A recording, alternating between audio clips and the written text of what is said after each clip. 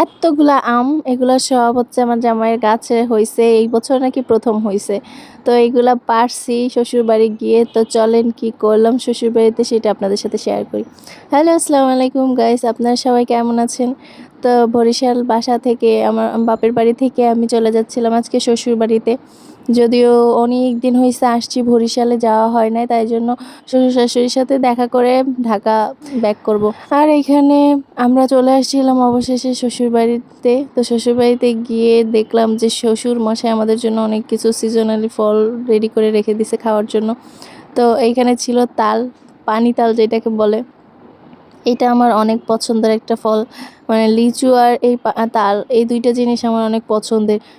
পাকা তাল আমি খাই না। আর এই ফলটাকে আপনারা কারা কারা চিনেন?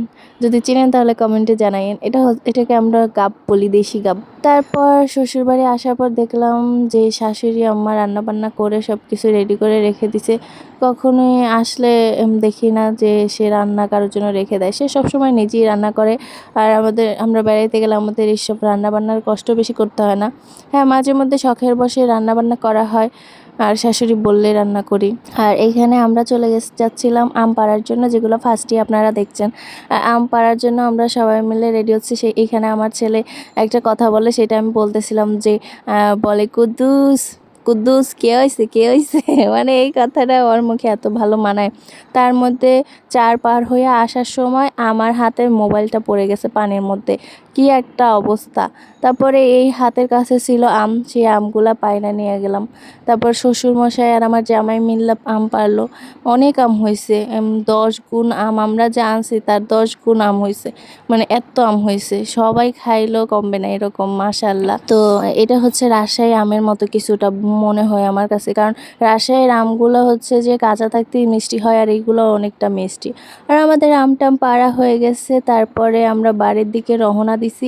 এখানে চার দিয়ে পার হওয়া অসম্ভব, দুজনকে নিয়ে আসলে চার হয়ে পার হওয়া যায় না, যেহেতু চারের এক পাশে ধরার মতো কোনো জায়গা নাই।